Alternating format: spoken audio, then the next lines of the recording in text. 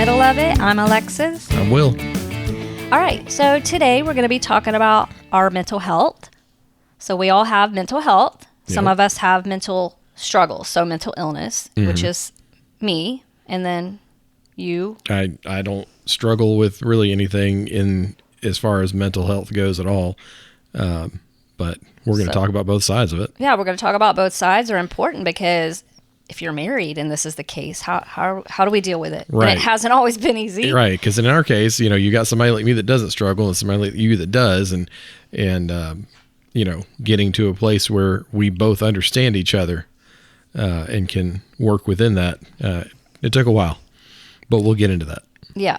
So I just wanted to real quickly, we're not experts. I just want to remind everyone with talking about our mental health, it's very important that you understand that we're not experts or psychiatrists. There are several people out there that have podcasts that are qualified in that way that can give you more medical terminology and stuff. We're just here to talk about it from our own, living it and walking through it. So please know we're not here to give advice or recommendations whatsoever. Yeah, this is our experiences and what we went through and how we got to where we're at now with it. Kind of just showing you how walking through it is. Maybe you're struggling with something and you don't realize that there's more to it. And that was me for a while. So that's kind of why I want to talk about it as a non-professional.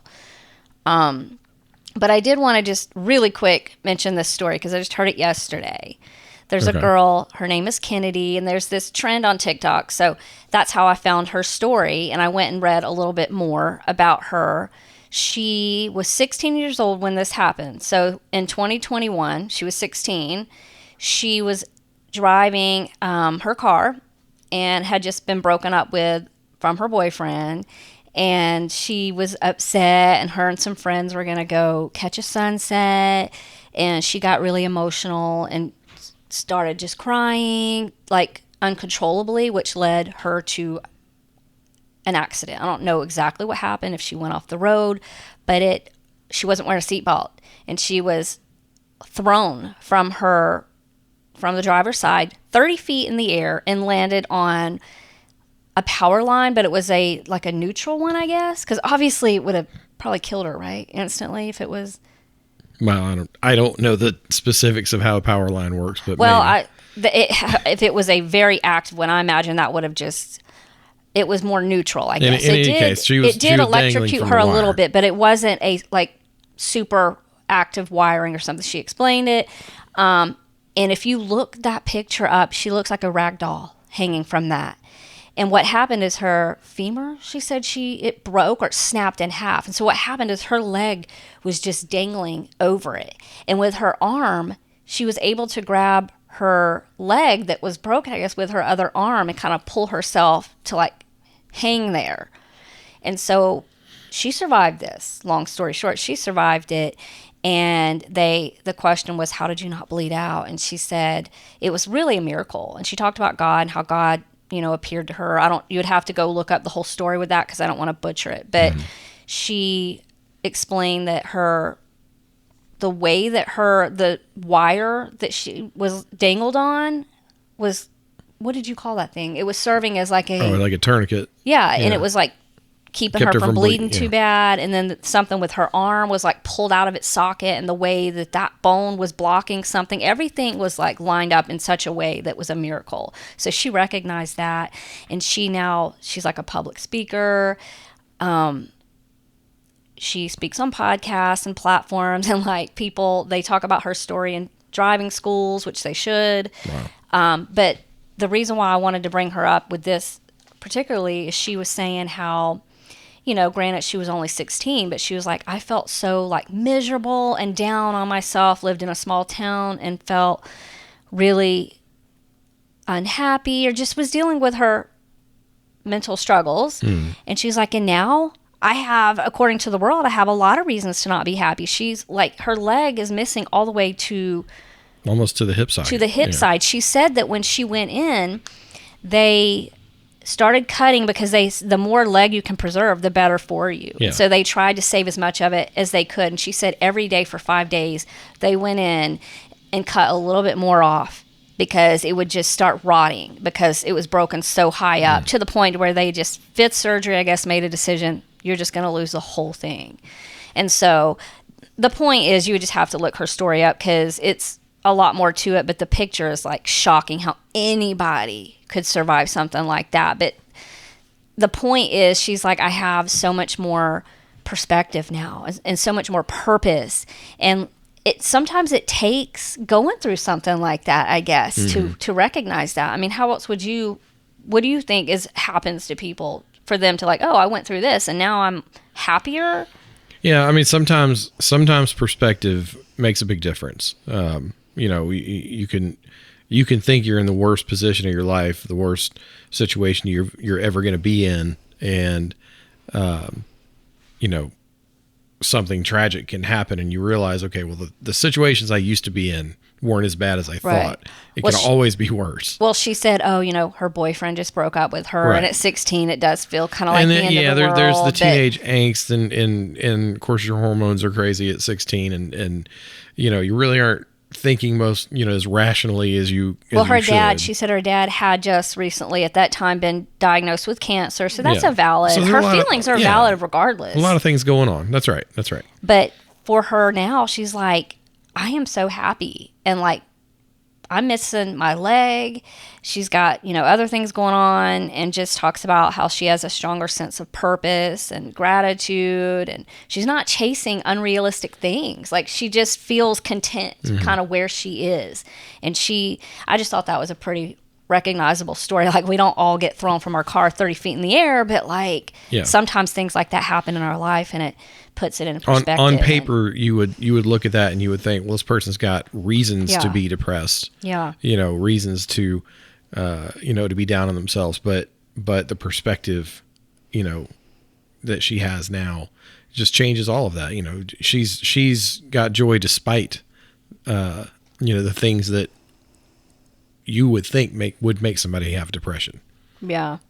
And then I just wanted to mention one other speaker because he is and I'm sorry, I have to look his information up a little bit.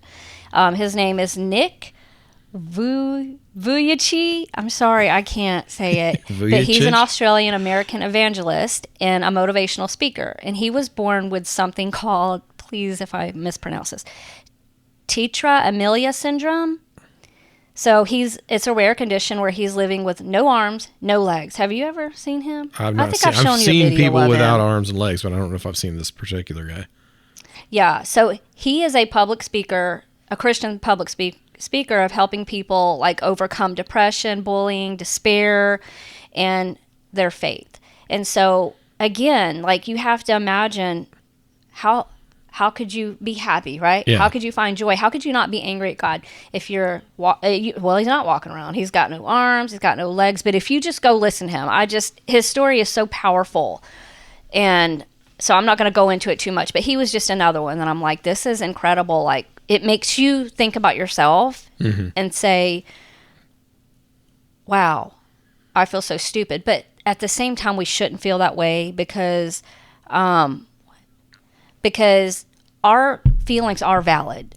So even if it seems small, if it's bothering you, if it's affecting you, then it's valid. Yeah. Your feelings. So for me, I am the one that has like the mental illness struggles. And so in talking about that, I did not really get diagnosed with anything until I guess I was 24, 25 when I had Savannah. Mm-hmm. Yep. So my first diagnosis was postpartum depression. Yeah. But when I look back to my childhood, I see all these little things that I'm like, wow. But there was not as much information about it. I think when we were younger, you didn't hear all of these anxiety disorders, and you didn't hear it as much as you do today. Right. There was ADD. Yeah. There was, I think, as we got a little older, started hearing ADHD, which is slightly different, and depression. But there wasn't, at least that I remember, there wasn't as much focus on things like anxiety, or anything like that. And then the treatments weren't all, I think Prozac was the first one I ever heard of that was a depression medication. Yeah. But yeah, it wasn't, it's not something we grew up hearing a lot about. And, Right. and of course, we were kind of we grew up in the walk it off generation. Yeah. Where Get over it. Yeah, it was get deal with over it. it. If you fell down and scraped your knee, walk it off. If you were sad. But by the way, when it comes to Yeah. mental health, that is one of the worst things you can say to Right. someone. And we'll get into that a little bit. But now some of this I'm going to read from notes because, again, we're not specialists in Right, this. So I do have some notes on some of this. Mental illness, it just says a wide range of health conditions that affect a person's thinking, emotions, or behavior. So you have things like anxiety disorder, which is overwhelming and constant fear or anxiety. You have Yeah. mood disorders. They can be severe or persistent shifts in emotion, such as depression or bipolar disorder. So in mental illness, it said affects 1 in 5 adults. So with that said, going back to when I was younger, I look back, and this is not any kind of like shade at my parents because there wasn't a lot of conversations and recognition about mental disorders. But I was, at 3 years old, I did have to go to the hospital for anxiety. Yeah. Now that was because I wrecked my parents' car, which sounds crazy, but At 3 years old. Yeah. You may want to expand on that. That's where I am. Okay. But what it was is we lived on a hill, and my dad had turned our garage into a living room because 7 of us, when I was little, were living in a modular home. And my dad was new into business at this time. So he took the garage at the time and turned it into a living room. So what they did is park right outside in the driveway, like a lot of people do, but it's steep, very steep driveway. And so my mom had this new Blazer. I don't remember what model it was, but she had all kinds of work done to it. It was like top of the line Blazer. She had cherry bombs put on it. And my sister, what do you call that where the gear shift thing is coming out of the steering wheel? It was anyway. Hers was coming out of the steering wheel. The shift. Yeah, So the older I'm 3 cars, the years shifter old. was on the column and Right. not in the console. So my sister, she was probably 10 at the time, she put me in the car because we were about to go to a baseball game. My brother's baseball game. My mom's getting ready. My sister, she just wasn't thinking. She was a kid herself. She put me in the car and went back in the house. And the car was cranked. Oh, no. So I took that. I saw it as, woo, what is that? And I just pulled it down. Straight down, and went flying down the driveway. And my uncle, who lived next door, saw it happen. He ran down there. And my mom explained to us that she physically pulled her hair out when she saw it because her reaction to stress was physical. It was overwhelming stress. So she just pulled her hair out of her head. But what happened is she said they obviously were more concerned about if I was okay, but she said I kept saying over and over and over, Daddy, I'll buy you a new car. She said I said it so much they couldn't get me to stop saying it. I was so worried that my mom was going to be mad at me because I wrecked her car. And they took me to the hospital, not because I was injured. I wasn't injured in that. It did hit a tree at the bottom of the driveway. But I had my first anxiety attack, I guess. Yeah. And so things like that happen. No, I didn't go get on medication. I was 3 years old. But another thing that sticks out in my mind is when I was 12, this was our new house. My dad had built a new house when I was like 8. And so there was a little apartment above the garage that we would rent out to family or friends of family. Mm-hmm. And that's when Tim was living up there. Yeah. And so every Wednesday, my sister and I would watch Beverly Hills 90210. And back then, you couldn't just stream things and pause it. Like, you had to watch it when it came on 8 o'clock, whatever time that was. Yeah. And I was so excited. I just remember I was so excited and anxious about that day, particularly like what was going to be revealed that episode. And I remember sitting there, and out of nowhere, I just started pulling my eyelashes out, just one after the other. I had never done it before. I didn't know why I was doing it. Had no idea. And I even had gum in my mouth, and I took the gum and used it to pull more out, to the point where I don't think I had any eyelashes after that episode. And what is that called? Wow. Okay, thanks. Okay, so there's a medical Sorry, did I term. jump your At notes? the time, I had no idea, and my parents didn't either. The next day, my dad looked at me, and I would do the same thing. And he was like, oh, he started laughing. He's like, what did you do? I had no eyelashes. And I didn't know what to say. But yes, it's called trichotillomania. You just have to look it up. It's hair pulling disorder, trichotillomania. It's a very long word. Yep. But I did learn later in life that is an actual disorder, and people have it. And I've met other people that have it. Now, for me, it was never my hair like on the top of my head. It was eyelashes and eyebrows. And I struggled with that for years.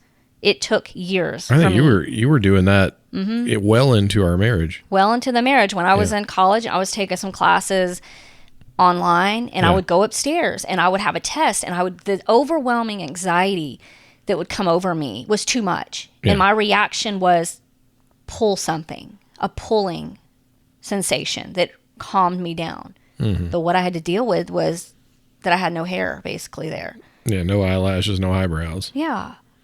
And so those are just two things, because there are people out there that have that. And if you didn't know that it's a disorder, it's more common, recognizable now because of probably the internet, but it is a real disorder, and it does come from a form of your mental health, mental illness.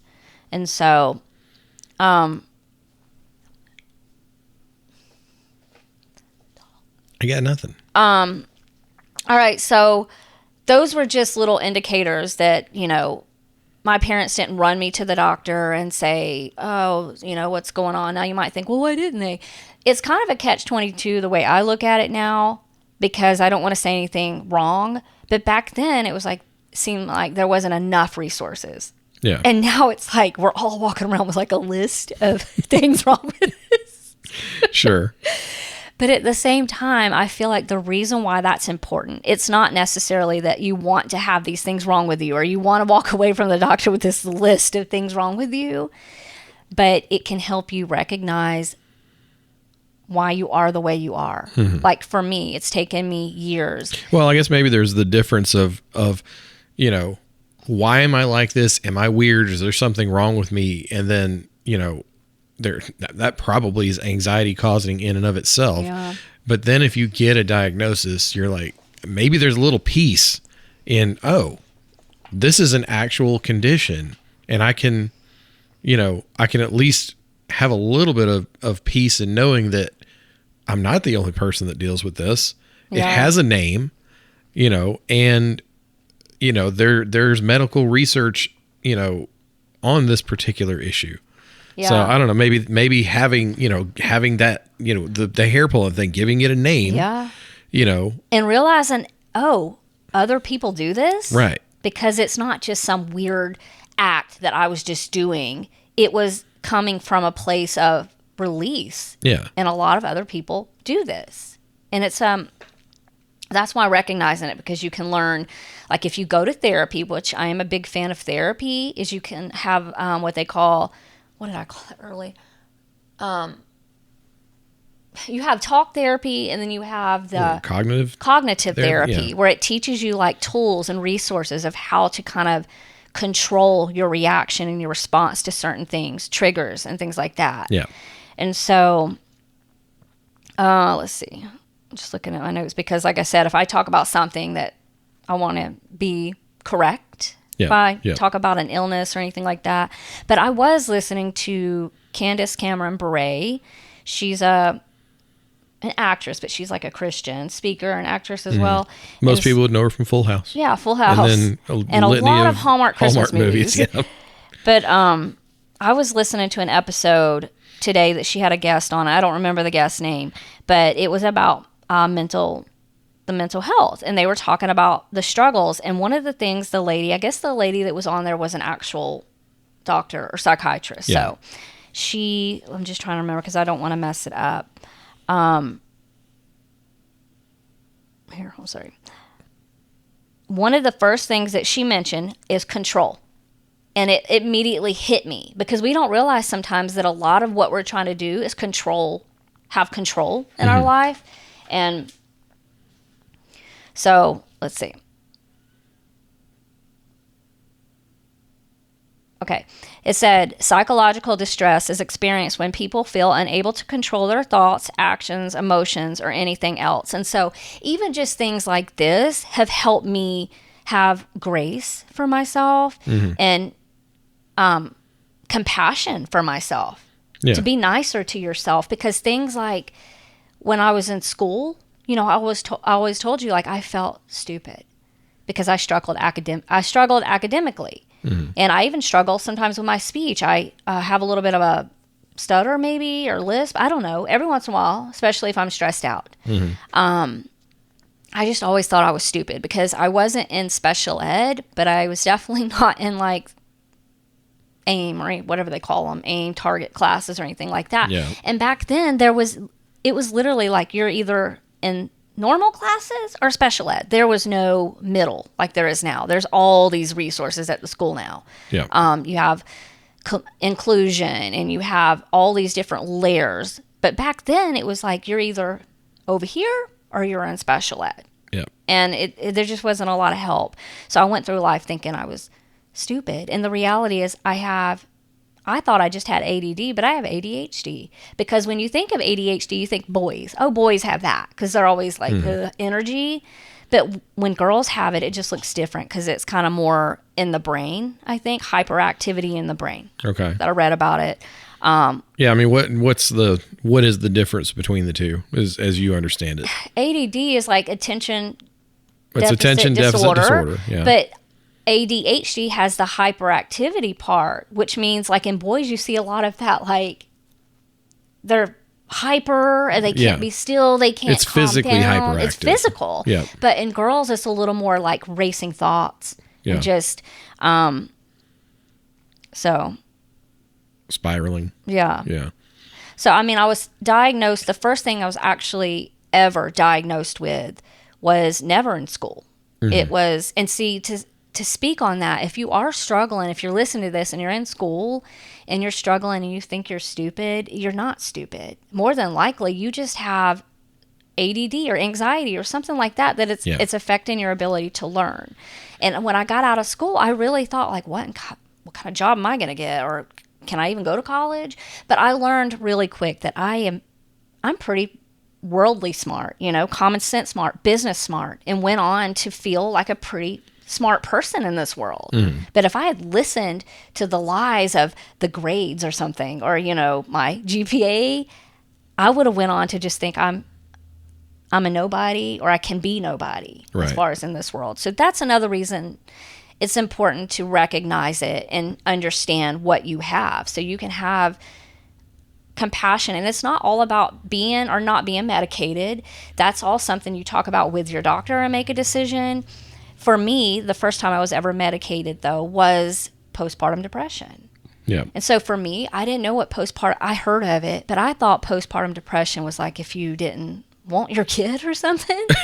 I mean, I didn't know. Right. So after I had Savannah, I just remember I felt like I went crazy. You remember? Yeah. I just went, I can't even describe it. I just lost all sense of control. I didn't know who I was. You would come home sometimes and I would just be in outer space. And I do remember you came in one day and you're like, I don't say this to make you look bad. I say it because this was our reality of unawareness on both ends. And you're like, I don't think I can come home to this anymore. And so in your defense, it was exhausting. But for me, I just was like, I don't know what's wrong. Yeah. And this is where, maybe I can speak to people like myself that don't struggle with mental health issues. If you are married to someone that does struggle with those things, recognize it and figure out, go find resources. I'm not saying figure it out on your own, but go find resources that can help you navigate that. You're not going to solve the problem. I'm going to tell you that right now. Yeah, unless you are a psychologist, you are not going to solve the problem. Well, I remember praying after you said that. I prayed because I was like, God, I don't know what's wrong with me. Yeah, but what's not going to fix it is saying things like, I don't know if I can come home to this anymore, or why don't you just stop being sad, will yourself into happiness, because it's not that easy. Now, I didn't know that then. And I think a lot of people like me don't really get it. Yeah. So it's... My dad didn't get it, Yeah. and my mom had mental health issues, but my dad didn't. And it was the same thing. He would say things he didn't know until later in life. Oh, that's just crazy, or, just snap out of it. What people didn't know. Right. Walk it off. Yeah, but what helped you, I think, was that next day I did pray. I was like, okay, God, I don't know what's wrong, but I asked God, I was like, I told him, I don't know, take this away from me or take in my marriage, because I don't want my husband to be miserable with me. He's miserable in this. I'm miserable in this. And I do remember, because God does work through doctors. They exist for a reason, and they are knowledgeable. That is why I'm not a psychiatrist. I don't know all the terminologies in this stuff, the serotonin and all this chemical stuff that's real. Yeah. It's a real thing, and that's why you need to go to a doctor about it. And so I remember that one of the next day or the day after that, I just thought, I cannot take this anymore. I was losing so much weight, which I was okay with because I'd gained so much from the pregnancy. Yeah. But I was losing weight that was not natural at all. I was dropping I think I dropped 30 pounds in that 1 month. Yeah. It was unnatural. It was weird. I had to go in the basement and get a box of clothes that said, "You'll never wear these again." I literally wrote that on the box. "You'll never wear these again." And they were too big. That's how much weight I'd lost in a month. And we went to this doctor that was kind of like one of those doctors. He was retired, small town doctor, but he was maintaining his small practice. You remember him? I remember Dr. that. Rosenberger. And he's just such a nice doctor. So I felt like I could trust him. And you went with me. And he talked about this. And he talked to you. And I do think that's where you started believing it and understanding. Yeah. I mean, you'll have to speak for yourself on that. I do feel like we walked away from that and you were like, oh, wow. Yeah, because I'll straight up admit, I was at a point too where, in my mind, it was really just a matter of just pick yourself up by your bootstraps and get over it. I mean, that's really how I thought people should just deal with depression. Like, why should you run a medication? Why do you need to run to a doctor? Just get over it. I mean, I really thought that. Well, if you're not going through it, it probably does seem that way. Yeah, I had never been through it. I'd never really seen anybody go through it. Now I come to find out years later in life that both of my parents are on depression medication. I don't know how your in the world. Dad has also been on but the other stuff for like anxiety, I think. Yeah, he's been on the anxiety and depression meds. My mother has been on, or is on it, I think, still. I guess they just kept that from you. Yeah, and this, of course, that brings up the question: how much of mental health struggles are nature and how much are nurture? Well, yeah. Which I'm sure we'll get into later. So now we got to kind of talk about a little bit what nature versus nurture is, which we learn about that in school. It must not be a nature thing, at least in my case, because if both of my parents are dealing with that stuff and I don't deal with it at all, either they hid it from me or what I read about it, what I've read about it is it can be both. Yeah.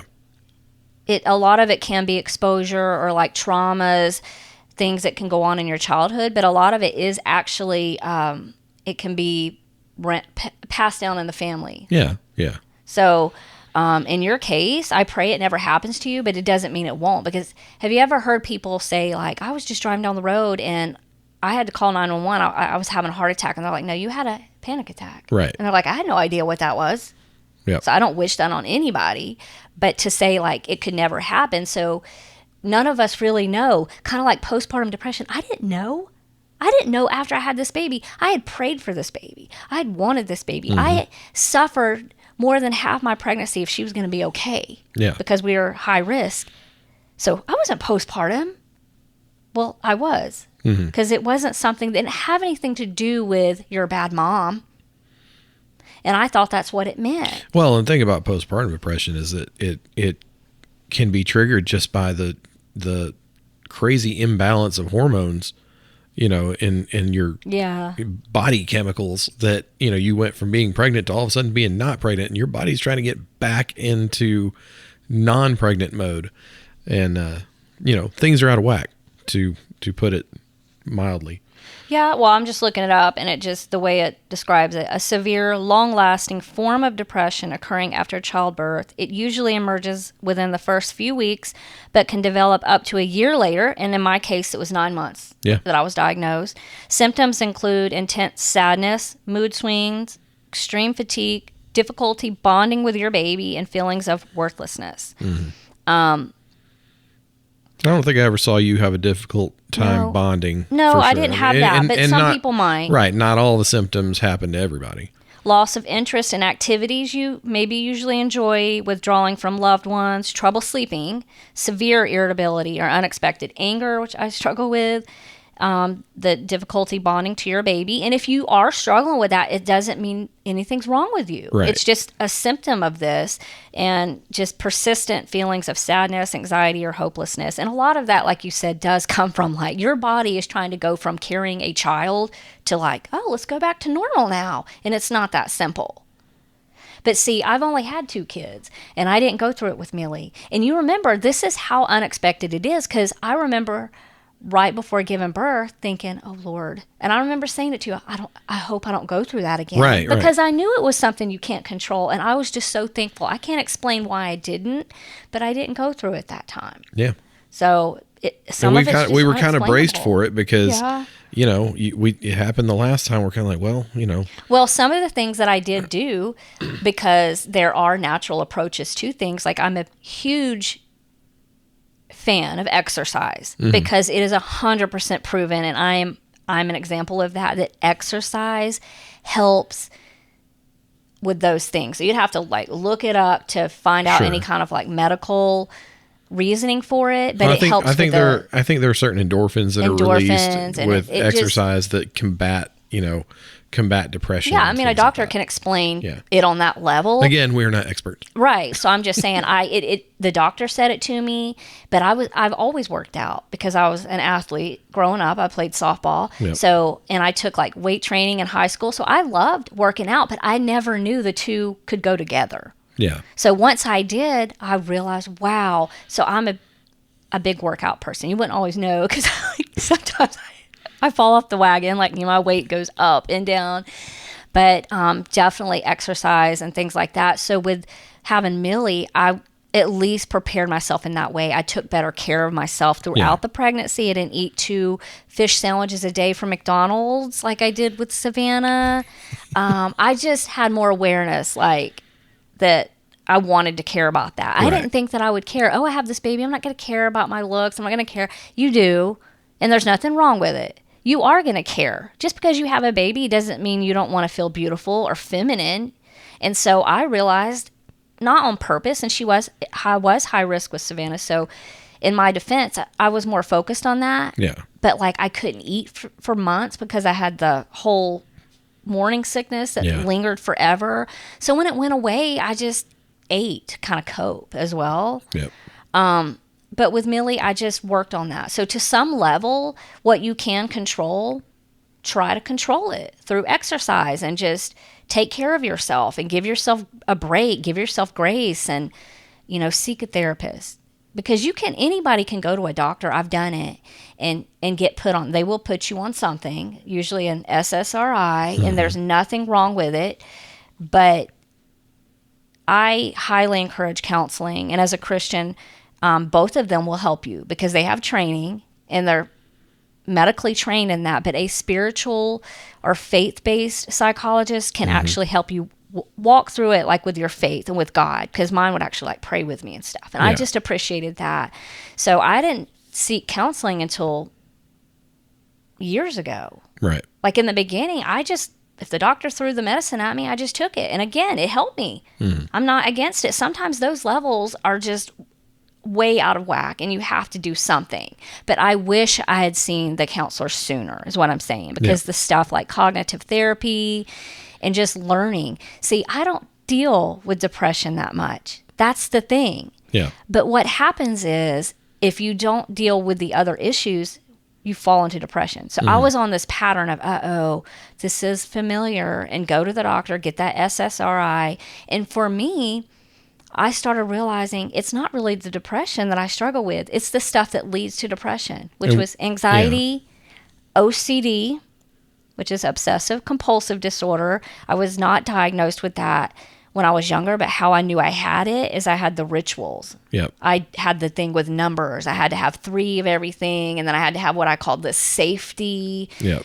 It's weird, the things that you come up with. I would check doorknobs to the point where I'd be crying because I'm like, it's locked. Why are you still checking it? And I would be crying because it was something was off in my brain. I thought that I got through that when I got older until the doctor or the psychologist told me, you still have the OCD. You just don't have the rituals anymore. You have it mentally now. Yeah.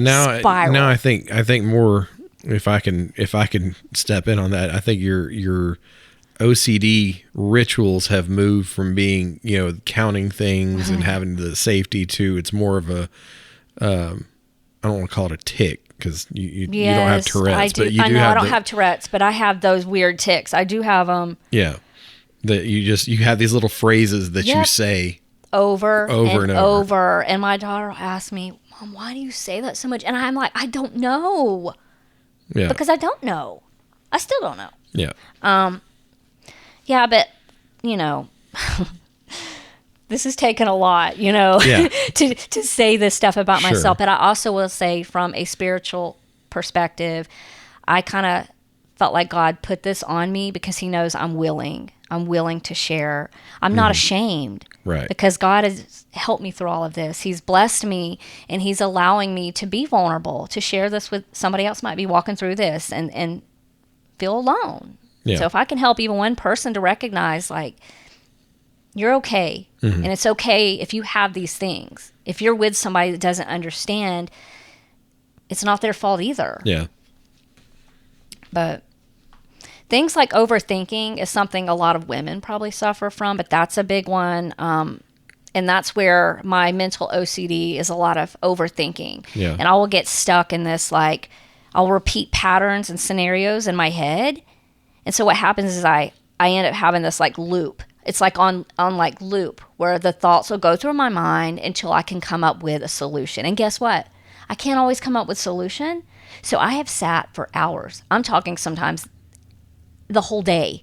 And I will just have this thing, whatever it is, looping in my brain. Right. Where you think you have to solve the problem. I have to solve this right now. Yeah. And if I don't, I can't move on to whatever's next. So, Paul gives us a little advice in 2 Corinthians 10:5 about, and this is really an exercise more than anything about those thoughts and something that we can try to do, from a scriptural perspective. The second half, I'll read the whole thing. The second half of 2 Corinthians 10:5 is where really the instruction and the exercise that we should do. Because, it's just like we have to exercise our brain just like we exercise our body, right? But the full text is, we demolish arguments and every pretension that sets itself up against the knowledge of God. And this is the key. This is the exercise regimen. And we take captive every thought to make it obedient to Christ. Now, even, again, I don't struggle with mental health issues, and I don't struggle really with anxiety. Not to say that I haven't had moments of anxiety in my life. I think everybody at one point or another is going to have. Well, the doctor explained it to me that, like, there's a healthy level of it. Sure. Because it keeps us kind of safe. Sure. Protects us from Yeah, harm. exactly. I think anxiety kind of plays into the fight or flight response too. But there was a time years ago when I really, I don't practice it as much as I used to, but would practice taking every thought captive and saying, okay, where did that thought come from? Why, one, is it of God? We can take it to Jesus and say, Jesus, what is this thought? Where did this come from? Why is it in my mind? And what do I need to do with it? Rather than just sitting there pondering it myself or letting it take root, just giving it to him. And granted, that's very much easier said than done. And it took a lot of practice for me to even do that. Before it became almost second nature. Now, I will admit that in more recent years, I've probably gotten a little lazy with that. But that's Paul's advice for for us when it comes to thoughts that enter our mind, and maybe how to deal with them, just to practice that and work on that. Please join us next week to conclude this episode. Also, remember to click the follow button wherever you listen to your podcast. And also, if you have questions or any stories you would like to share, email us at inthemiddleofit2026@gmail.com.